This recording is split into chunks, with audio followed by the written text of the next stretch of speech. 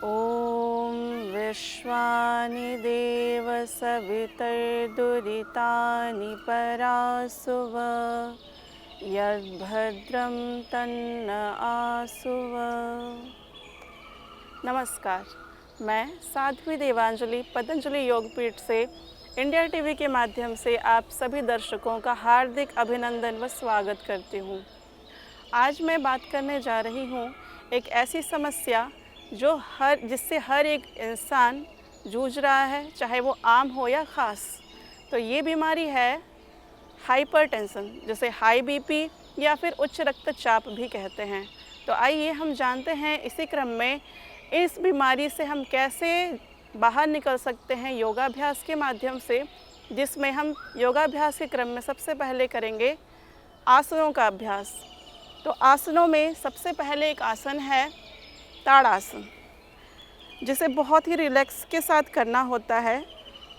सबसे पहले ताड़ासन में इस स्थिति में खड़े हो जाएं, दोनों हाथों को सिर के ऊपर रखिए। इस क्रम में सबसे पहले दोनों हाथों को ऊपर की ओर उठाएंगे लंबी गहरी सांस के साथ। एक, जिसमें सांसों को ऊपर लेते हुए ऊपर की ओर हाथों को खींचना है।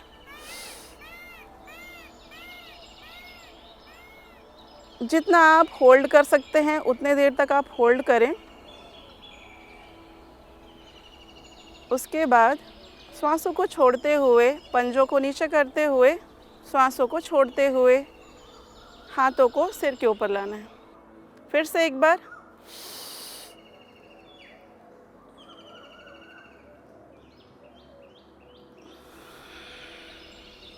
इसी अभ्यास को 5 से 10 बार तक किया जा सकता है।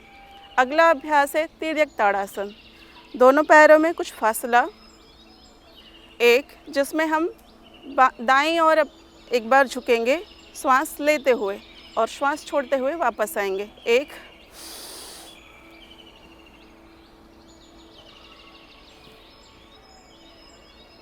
दो, वापस। इसी तरीके से दूसरी ओर से बाईं ओर से करेंगे। एक, दो। फिर से इस अभ्यास को करते हैं। एक, दो, तीन, चार। ताड़ासन, तिर्यक ताड़ासन। इन दोनों आसनों के बाद अब हम कुछ बैठकर आसन करेंगे, जो हाई बीपी के लिए, उच्च रक्तचाप के लिए बहुत ही फ़ायदेमंद है। तो इस आसनों के क्रम में हम करेंगे शशकासन। शशक कहते हैं, शशक यानी संस्कृत का शब्द है जो खरगोश के लिए प्रयोग किया जाता है। दोनों हाथों को ऊपर की ओर उठाएंगे। एक, श्वास लेते हुए, श्वास छोड़ते हुए नीचे की ओर झुकेंगे आराम से।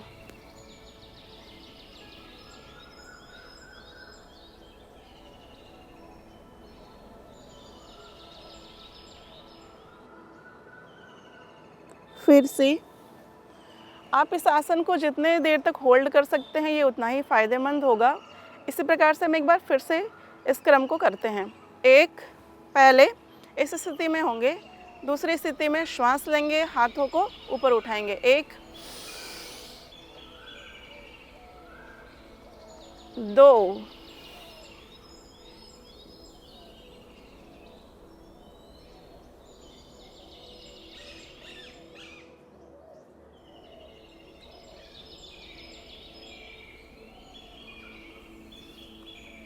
ये आसन आप 1 मिनट से लेकर के 10 मिनट तक कर सकते हैं। अगला अभ्यास है गोमुखासन का। दाएं पैर को बाएं पैर के ऊपर, बाएं जंघा के ऊपर रखेंगे। दाएं हाथ को ऊपर उठाएंगे, यानी जो पैर ऊपर है वही हाथ ऊपर भी होना चाहिए, और अपने बाएं हाथ को पीछे की ओर करेंगे और उसे ऐसे पकड़ने की कोशिश करेंगे। दोनों हाथों को इंटरलॉक करेंगे। इस स्थिति में बैठेंगे और इस स्थिति में श्वास नॉर्मल भी रह सकते हैं या फिर आप भस्त्रिका प्राणायाम भी इसमें कर सकते हैं। जितने आराम से हम इस अभ्यास को करते हैं उतना ही ये हाई बीपी के लिए, उच्च रक्तचाप के लिए फ़ायदेमंद होगा। दोनों हाथ कानों से सटे होने चाहिए।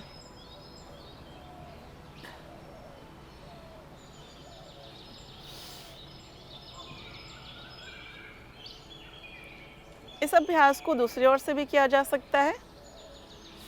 बाएं पैर को ऊपर की ओर करेंगे और दायां पैर नीचे। अब जो पैर ऊपर है वही हाथ भी ऊपर की ओर होगा और दूसरा हाथ पीछे की ओर। दोनों हाथों को आपस में इंटरलॉक करेंगे। यदि आपसे इंटरलॉक नहीं हो पा रहा है तो इसमें कोई परेशानी की बात नहीं। जितना हो सके उतना हम छूने का अभ्यास करेंगे, जितना हो सके उतना पीछे की ओर ले जाने का अभ्यास करेंगे। और इस क्रम में भी भस्त्रिका प्राणायाम या फिर नॉर्मल आप श्वास ले सकते हैं। आप इसमें ध्यान रखेंगे कि हाई बीपी में कभी भी तेज गति से, तीव्र गति से श्वासों को नहीं लेना होता। जितना आप आराम से इस अभ्यास को करेंगे उतना ही ये हाइपरटेंशन, हाई बीपी, उच्च रक्तचाप के लिए फ़ायदेमंद होता है।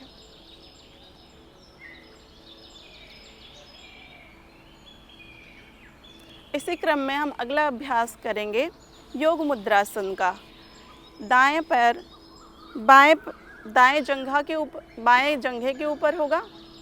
फिर से बता रही हूँ, जो दायां पैर है हमारा उसका पंजा बाएं पैर के जंघे के ऊपर होगा और जो बायां पैर है वो दाहिने जंघे के ऊपर, यानी कि पद्मासन की स्थिति में आना है।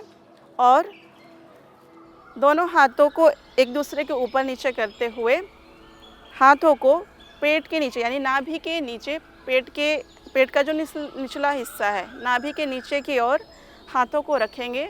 इस स्थिति में आगे की ओर झुकेंगे। जिनसे जितना आगे की ओर झुका जाए उतना ही पर्याप्त है।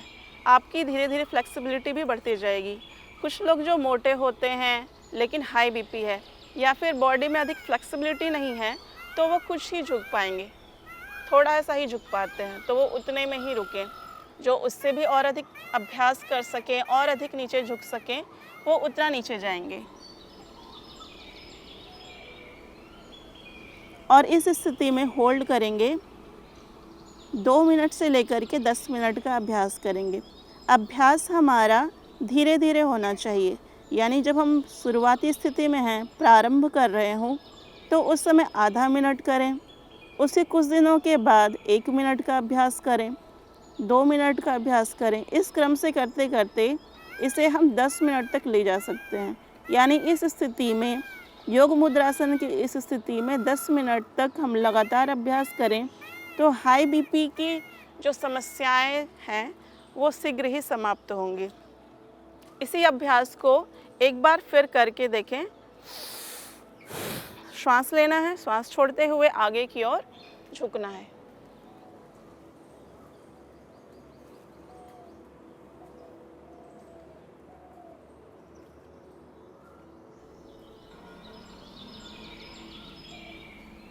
ये हुआ योग मुद्रासन।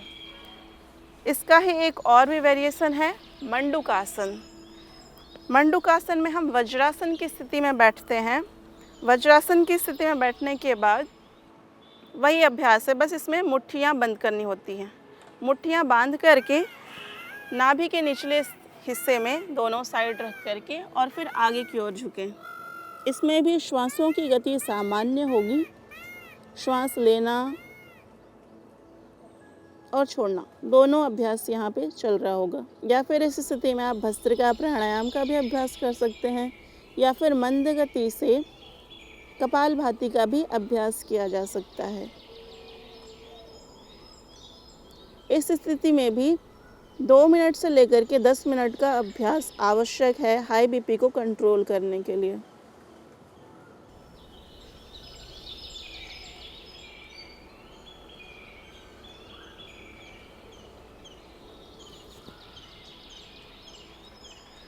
हमारा अगला अभ्यास है पवन मुक्तासन। इसमें लेट करके ये अभ्यास किया जाता है। सीधे लेट जाएं और दोनों पैरों को ऊपर की ओर उठा करके सिर को भी ऊपर उठाएंगे। दोनों जो पैर हैं, दोनों पैरों की जो जंघें हैं वो छाती से सटने चाहिए और हमारा नाक दोनों पैरों के घुटनों से सटा होना चाहिए।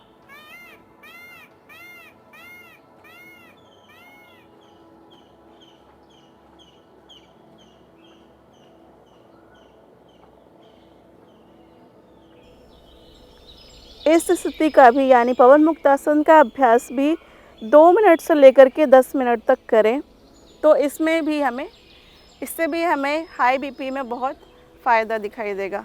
अगला अभ्यास है स्कंधर आसन, यानी दोनों पैरों के टखने को अपने हाथों से पकड़ें और बीच से यानी अपने कमर के जो हिस्सा है उसे पूरा ऊपर की ओर उठाएंगे, जितना आप उठा सकते हैं। जिसकी जितनी फ्लेक्सिबिलिटी हो उतना ऊपर इसे उठाया जा सकता है और इस स्थिति में भी 2 मिनट से लेकर के 10 मिनट तक रुकने का अभ्यास करें।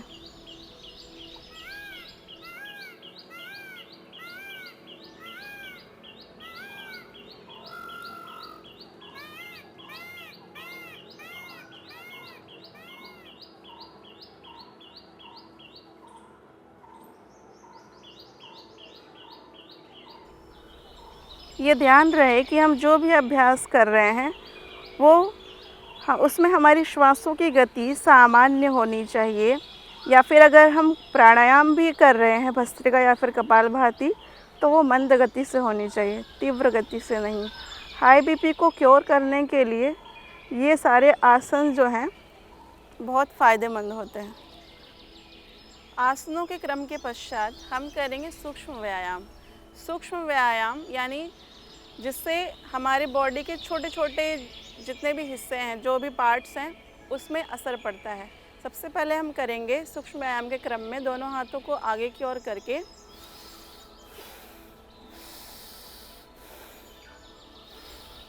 इससे हमारे बॉडी के जो छोटे छोटे पार्ट्स जॉइंट्स हैं उस पर असर पड़ता है। इससे भी हमारे ब्लड प्रेशर की जो गति है उसमें भी असर पड़ता है।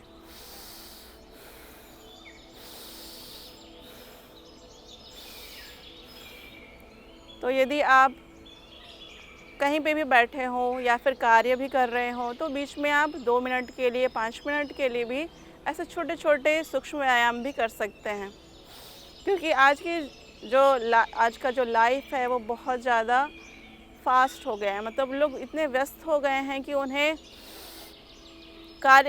अपने लिए समय देने का भी मतलब खुद के लिए भी टाइम नहीं है उनके पास। तो इसलिए हमें, अगर हम कार्य भी कर रहे हैं, वर्क भी कर रहे हैं, उसके 2 मिनट थोड़ा गैप ले करके आप सूक्ष्म व्यायाम का भी अभ्यास कर सकते हैं।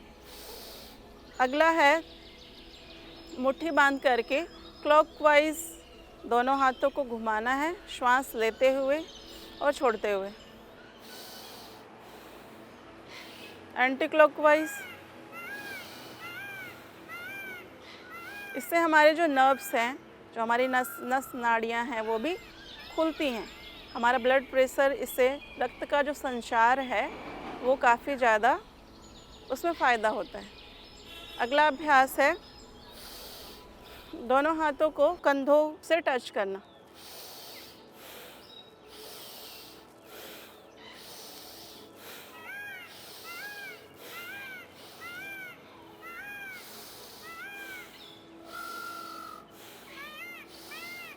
अब कोहनियाँ मोड़ करके भी दोनों कोहनियों को आपस में सटाते हुए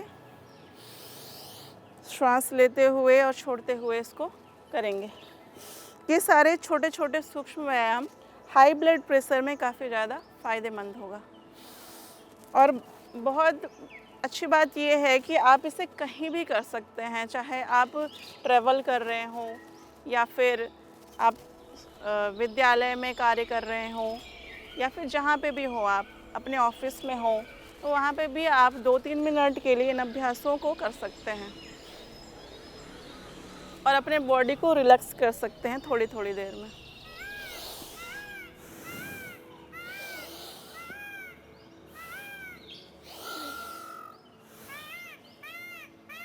हाई ब्लड प्रेशर का जो कारण है वो मुख्यतः यह देखा गया है कि लोग आजकल बहुत ज़्यादा स्ट्रेस रहते हैं, चिंता में रहते हैं, तनाव में रहते हैं। तो इन सूक्ष्म व्यायाम को करके आप अपने माइंड को रिलैक्स कर सकते हैं। देखिए, जीवन में सभी को कठिनाइयों का सामना करना ही होता है, चाहे वो जहाँ भी हो, जिस भी मार्ग में हो।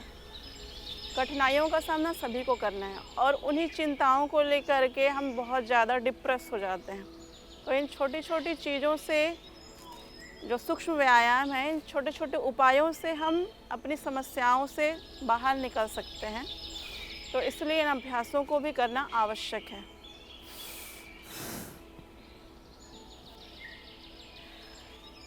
बीपी का मुख्य कारण स्ट्रेस है, ये भी बात है, और स्ट्रेस के कारण बहुत सारे लोग बहुत अधिक खाते भी हैं, अपना मोटापा बढ़ा लेते हैं, वज़न बढ़ा लेते हैं, या फिर उनको डायबिटीज़ हो जाती है। तो ये बहुत सारे कारण हैं जिससे लोगों को इन चीज़ों से, इन बीमारियों से जूझना पड़ रहा है। और पहले जो है वो लोगों को तो बड़ी उम्र में ये बीमारियां हुआ करती थी, लेकिन आजकल 25 वर्ष से लेकर के 45 वर्ष तक के जो युवा वर्ग है, उन्हें भी इन समस्याओं से जूझना पड़ रहा है। तो इसका कारण साफ है कि लोग स्ट्रेस ले रहे हैं, मोबाइल का अधिक यूज़ करते हैं, इतने इलेक्ट्रॉनिक्स सामानों का यूज़ करते हैं। तो इन चीज़ों से भी हमें बहुत, रेडिएशन की वजह से बहुत अधिक तनाव महसूस होता है। तो इन चीज़ों से बचने के लिए यही है कि आप व्यायाम करें, सूक्ष्म व्यायाम करें, प्राणायाम करें, ध्यान करें, मेडिटेशन करें। इन चीज़ों से ही आप अपने आप को बचा सकते हैं। चलिए, अब हम करेंगे प्राणायाम का अभ्यास। प्राणायाम, प्राणों का आयाम। प्राण यानी हमारी जीवनी शक्ति, और आयाम यानी कि उसको एक गति देना, यानी प्राणों को नियंत्रित करना ही प्राणायाम है। तो प्राणों को नियंत्रित करने के लिए बहुत सारे अभ्यास होते हैं। भस्त्रिका प्राणायाम होता है, कपालभाति होता है, अनुलोम विलोम, ऐसे बहुत प्रकार के प्राणायाम का अभ्यास हम आज सीखेंगे। तो प्राणायाम को करने के लिए किसी भी आसन में आप बैठ सकते हैं। अगर आप बैठ नहीं पाते या फिर आपको पैरों में, घुटनों में दर्द है, तो आप कुर्सी पे भी बैठ सकते हैं। लेकिन अगर आप बैठने में सक्षम हैं तो बहुत अच्छा होगा कि आप किसी भी आसन में बैठें, यानी कि आप सुखासन में बैठ सकते हैं इस तरीके से, या फिर आप सिद्धासन में बैठ सकते हैं सिद्धासन में, या फिर आप अगर थोड़ी अधिक फ्लेक्सिबिलिटी हो शरीर में तो आप पद्मासन में भी बैठ सकते हैं। किसी भी आसनों का आप चयन कर सकते हैं। उसके बाद आती है मुद्रा की बारी, यानी कुछ लोग ऐसे बैठ करके अगर प्राणायाम करेंगे तो उससे अधिक फ़ायदा नहीं होगा। झुक करके, कमर झुका करके, इन चीज़ों से अगर हम समय भी दे रहे हैं, प्राणायाम भी कर रहे हैं, पर उससे फ़ायदा क्यों नहीं हो रहा है? क्योंकि हम अपने आसनों और मुद्राओं पर ध्यान नहीं दे पाते। ये बहुत आवश्यक है प्राणायाम करने के लिए, प्राणों का आयाम करने के लिए आसन और मुद्रा दोनों की बहुत आवश्यकता है। दोनों को ठीक से लगाएं तो उससे अधिक आपको प्राणायाम में लाभ दिखाई देगा। हम बात कर रहे हैं हाइपरटेंशन की। हाई बीपी के लिए आवश्यक है ज्ञान मुद्रा। तो ज्ञान मुद्रा में तर्जनी उंगली और अंगूठे का जो टॉप लेवल है उसे आपस में सटाएं और इस स्थिति में सीधे बैठ जाएं।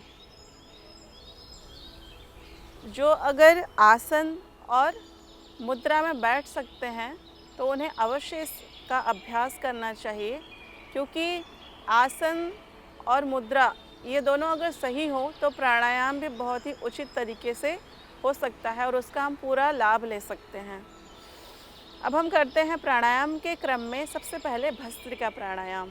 तो भस्त्रिका प्राणायाम में श्वासों को लंबी गहरी लेना, जितना आप डीप ले सकते हैं उतना लें, और जितने देर तक आपने लिया था उतने ही देर तक आप उसे छोड़ें। यानी लेने और बाहर निकालने का जो समय है वो एक जैसा होना चाहिए। ये नहीं कि आपने 1 मिनट तक, मतलब आधा मिनट तक आपने श्वास लिया और एक झटके में ही श्वास पूरा छोड़ दिया, ऐसा नहीं होना चाहिए। तो आइए करते हैं हम सबसे पहले भस्त्रिका प्राणायाम, जो कि हाई बीपी के लिए बहुत ही लाभकारी है। लेकिन ये ध्यान रखें कि जिस भी हम प्राणायाम का अभ्यास कर रहे हैं वो मंद गति से होना चाहिए। भस्त्रिका प्राणायाम।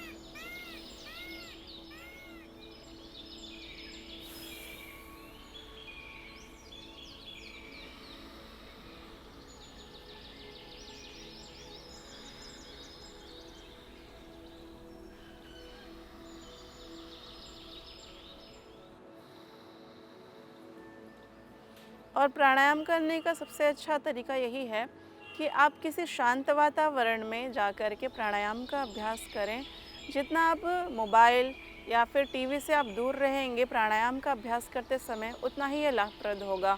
और हो सके तो आप किसी पार्क में जा कर के बैठ कर के इस प्राणायाम का अभ्यास करें। अगला है भस्त्रिका प्राणायाम के बाद कपालभाति। कपालभाति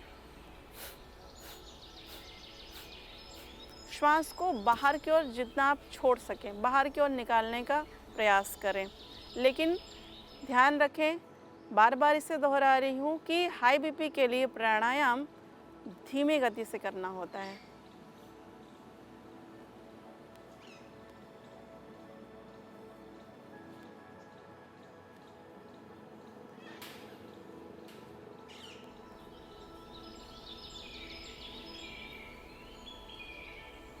प्राणायाम में आप और भी अधिक लाभ तब ले पाएंगे अगर आप शांत वातावरण में बैठ रहे हैं और वहाँ पे भी आंख बंद करके बैठें, क्योंकि आप जितना अधिक अपने ऊपर एकाग्र हो पाएंगे उतना ही अधिक आपके लिए लाभप्रद होगा। आप ये अभ्यास करें कि आप प्राणायाम का अभ्यास करते समय, प्राणायाम के प्रैक्टिस के समय आप किसी अन्य बातों की चिंता ना करें, किसी अन्य बातों के बारे में सोचें ही ना, तो ये बहुत ही अधिक लाभप्रद होगा। मतलब अगर हम प्राणायाम भी कर रहे हैं और हम बार बार सोच रहे हैं या फिर हम किसी से बात कर रहे हो, बात करते करते प्राणायाम का अभ्यास कर रहे हैं, तो इन सारी चीज़ों से हमें अधिक फ़ायदा नहीं होगा। थोड़ा बहुत तो लाभ हो सकता है पर पूर्ण फ़ायदा नहीं हो सकता। तो इसलिए अधिक लाभ लेने के लिए आप एकांत में प्राणायाम का अभ्यास करें, आंखें मूंद करके करें और किसी से भी बातचीत ना करें और ना ही अन्यथा कुछ विचार करें।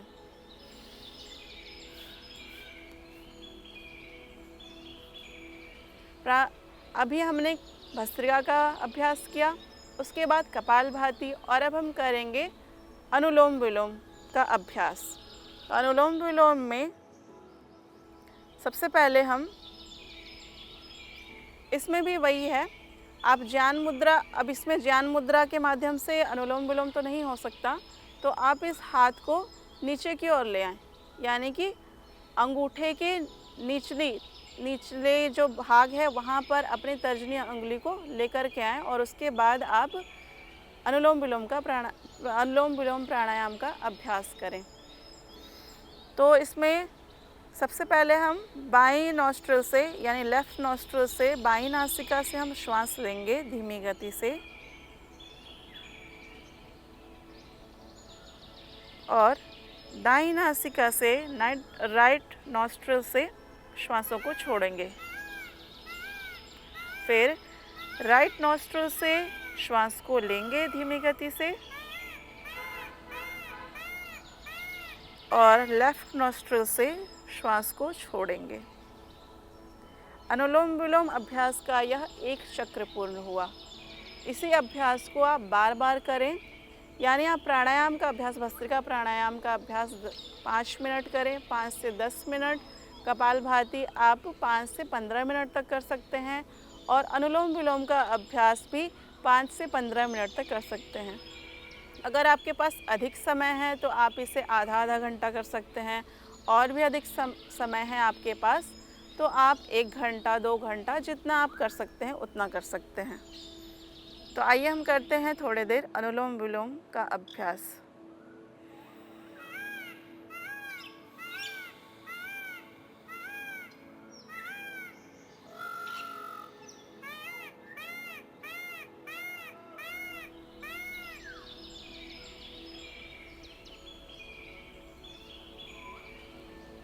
प्राणायाम के अभ्यास के क्रम में आप श्वासों पे ध्यान दें कि जब आप बाहर की ओर छोड़ रहे हैं श्वासों को, जब आप अंदर की ओर ले रहे हैं, कहाँ श्वास जा रही है, कहाँ तक जा रही है।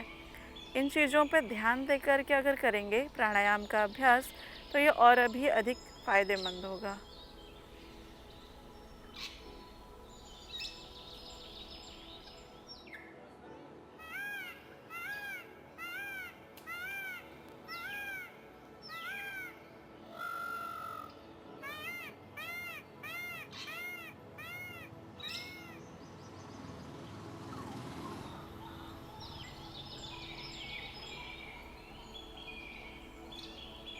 अनुलोम विलोम के बाद अब हम अभ्यास करेंगे शीतली और शीतकारी का।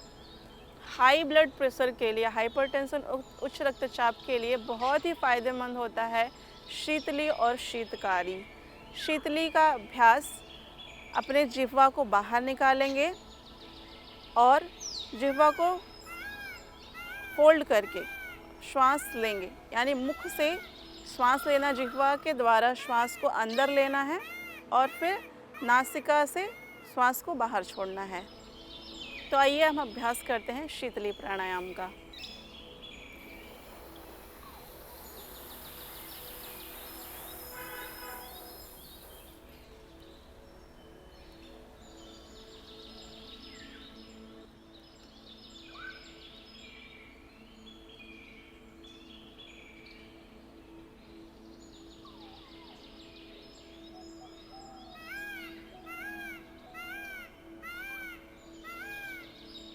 इस अभ्यास में हमने क्या किया, जिह्वा के माध्यम से श्वास को अंदर लिया, थोड़ी देर होल्ड किया।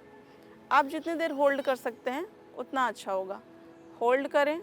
उसके बाद फिर जैसे हम अनुलोम विलोम में श्वास को बाहर निकालते हैं, उसी तरीके से आप इस प्राणायाम में श्वास को बाहर की ओर छोड़ेंगे। एक बार फिर से हम इसका अभ्यास करते हैं शीतली प्राणायाम का।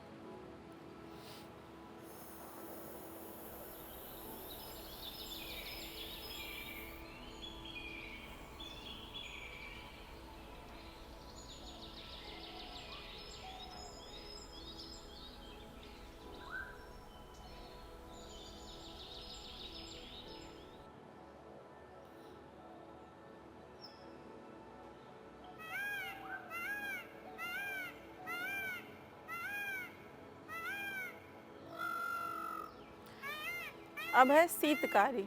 जिह्वा को दांत के नीचे सटा करके और फिर श्वास लेना है, यानी मुख, दांतों को बंद करके और श्वास को अंदर लेंगे और फिर उसी प्रकार से श्वास को बाहर छोड़ेंगे जैसे हमने शीतली प्राणायाम में किया था। तो आइए करते हैं शीतकारी प्राणायाम का अभ्यास।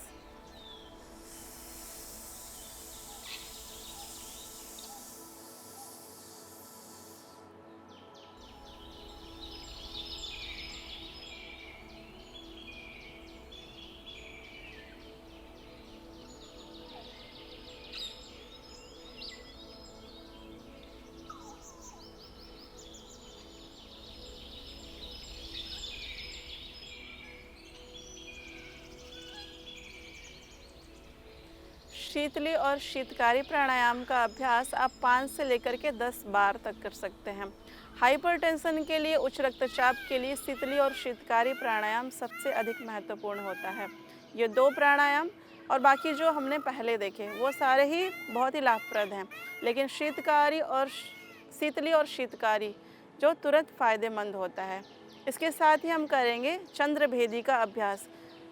चंद्रभेदी में क्या होता है, अनुलोम विलोम की तरह ही है, लेकिन इसमें विशेष यह होता है कि हम जानते हैं कि एक स्वर होता है हमारा चंद्र स्वर और एक स्वर होता है सूर्य स्वर, यानी जो हमारी नासिका के जो 2 छिद्र हैं, एक होता है सूर्य और एक होता है चंद्र। तो हम चंद्र स्वर मानते हैं लेफ्ट नॉस्ट्रिल को और राइट नॉस्ट्रिल को मानते हैं सूर्य स्वर। तो जब हम राइट नॉस्ट्रिल से श्वास लेते हैं, लेफ्ट से छोड़ते हैं, तो ये होता है सूर्यभेदी प्राणायाम। लेकिन हाई बीपी के लिए फ़ायदेमंद होता है चंद्रभेदी। चंद्रभेदी में हम लेफ्ट नॉस्ट्रिल से श्वास लेते हैं और राइट से छोड़ते हैं।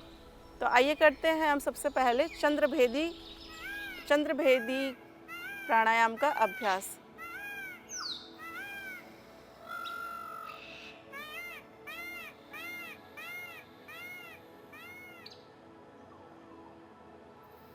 लेफ्ट से श्वास लेना है, राइट से छोड़ना है, फिर लेफ्ट से लेना है, राइट से छोड़ना है,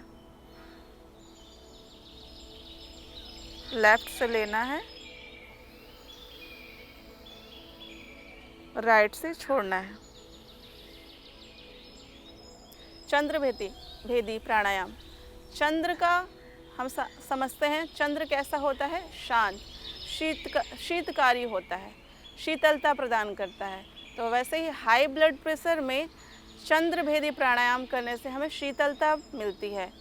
तो इसलिए हमें चंद्र भेदी प्राणायाम का अभ्यास करना चाहिए।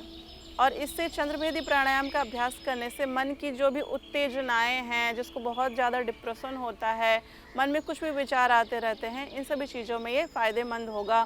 या फिर अगर आपका पित्त बहुत ज़्यादा बढ़ गया हो तो चंद्रभेदी प्राणायाम का अभ्यास अवश्य करें। आप इसका भी अभ्यास 10 से लेकर के 15 मिनट, आधा घंटा, 1 घंटा, जितना आपके पास समय हो उतना आप इसका अभ्यास कर सकते हैं। इसके बाद हम करेंगे भ्रामरी और उद्गीत प्राणायाम का अभ्यास।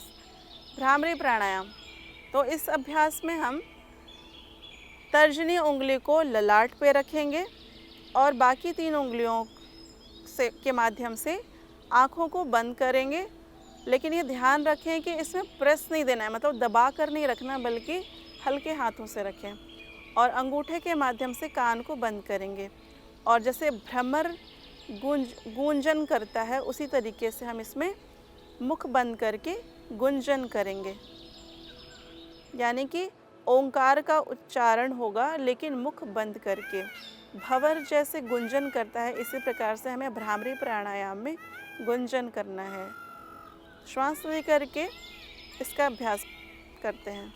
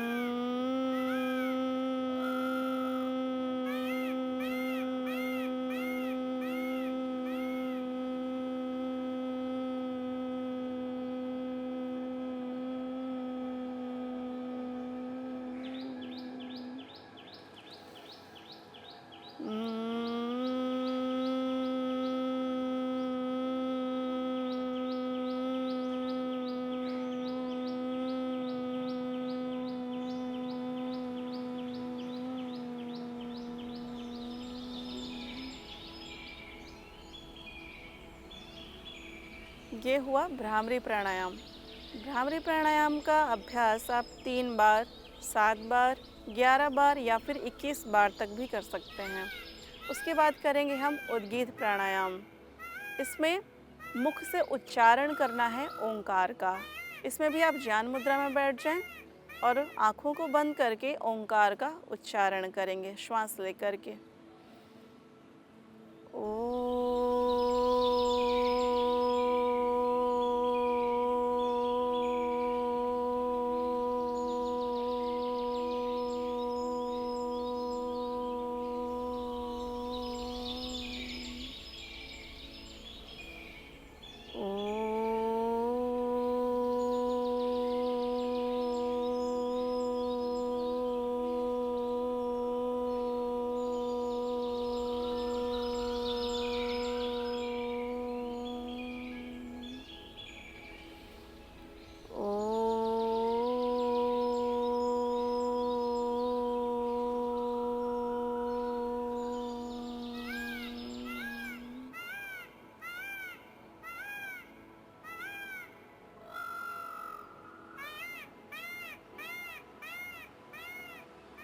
अब इस स्थिति में आप एकाग्रता की, अपने श्वासों की ओर एकाग्र हो जाएं।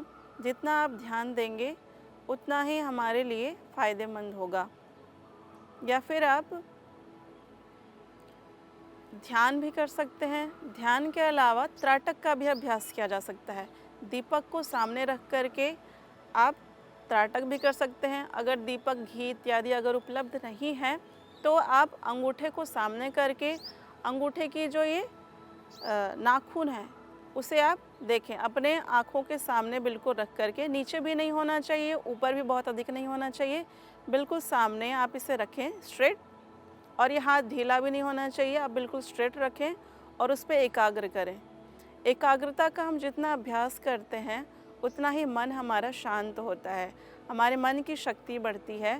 तो आप ये ध्यान रखें, हाइपरटेंशन या फिर उच्च रक्तचाप इत्यादि ये जो समस्याएं हैं, इन सब का सबसे अच्छा समाधान ये है कि आप जितना अधिक अपने मन को शांत कर सकें, इसके लिए आप कुछ भी उपाय कर सकते हैं। प्राणायाम का अभ्यास करें, एकाग्रता बढ़ाने वाली चीज़ों का अभ्यास करें।